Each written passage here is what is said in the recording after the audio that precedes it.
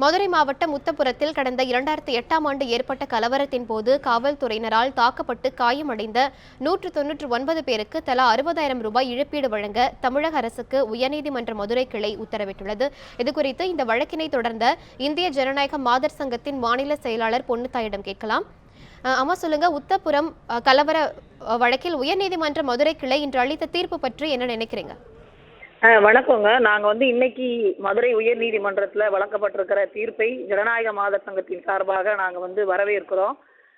என்னன்னு சொன்னால் பாதிக்கப்பட்ட தலித் மக்களுக்கு நீதியும் நிவாரணமும் மறுக்கப்படுகிற இந்த சூழ்நிலையில் இன்னைக்கு வழங்கப்பட்டிருக்கிற இந்த தீர்ப்பை சொல்லுங்கம்மா. ஜனநாயக மாதர் சங்கத்தின் சார்பாக நெஞ்சார்ந்து நாங்கள் வரவேற்கிறோம் சார். அம்மா, எந்த பின்னணியில் இந்த வழக்கை நீங்கள் தொடர்ந்தீங்க?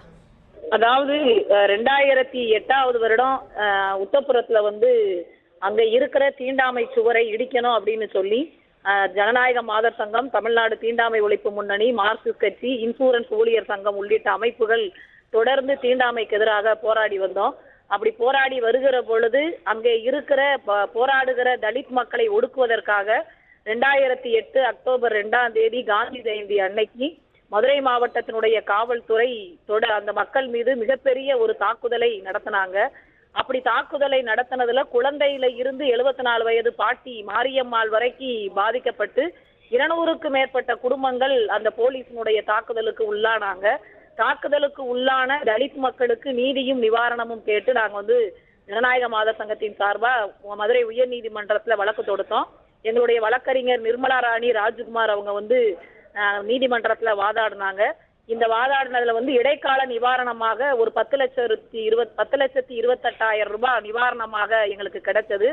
அதுக்கு பின்னாடி 2013ல நீதியரசர் சந்துரு அவங்க 2011ல மத்திய அரசு வழங்கி இருக்கிற கெஜெட் நோட்டிபிகேஷன் அடிப்படையில தாழ்த்தப்பட்ட மக்களுக்கு முழு நிவாரணம் வழங்கணும்னு சொல்லி தீர்ப்பு வழங்கியிருந்தாங்க. அந்த தீர்ப்பின் அடிப்படையில மதுரை மாவட்டத்துல தமிழக அரசு பாதிக்கப்பட்ட உத்தப்புரம் தலித் மக்களுக்கு நிவாரணம் வழங்கணும்னு சொல்லி நாங்க தொடர்ந்து அரசாங்கத்தை, மாவட்ட நிர்வாகத்தை வலியுறுத்தினோம். ஆனா பாதிக்கப்பட்டவங்களுக்கு உயர்நீதிமன்ற உத்தரவின் அடிப்படையில அரசு நிவாரணம் வழங்க மறுத்துட்டாங்க. அதற்கு பின்பு நீதிமன்ற தீர்ப்பை அவமதித்த அடிப்படையில நாங்க நீதிமன்ற அவமதிப்பு வழக்க தொடுத்தோம். அந்த வழக்கு தொடுத்த அடிப்படையில தான் இன்னைக்கு இந்த தீர்ப்பு என்பது வழங்கப்பட்டிருக்குது. பாதிக்கப்பட்ட 191 பேருக்கு 1,04,00,000 ரூபாய் நிவாரணம் என்பது எங்களுக்கு கிடைச்சிருக்குது. அதோட சேர்த்து பாதிக்கப்பட்டு நிவாரணம் கிடைக்காத 8 பேருக்கும் சேர்த்தும் இன்றைக்கு நிவாரணத்தை வழங்கணும் அப்படிங்கிறத இந்த நீதிமன்றம் இன்னைக்கு தீர்ப்பாக சொல்லி இருக்கிறாங்க.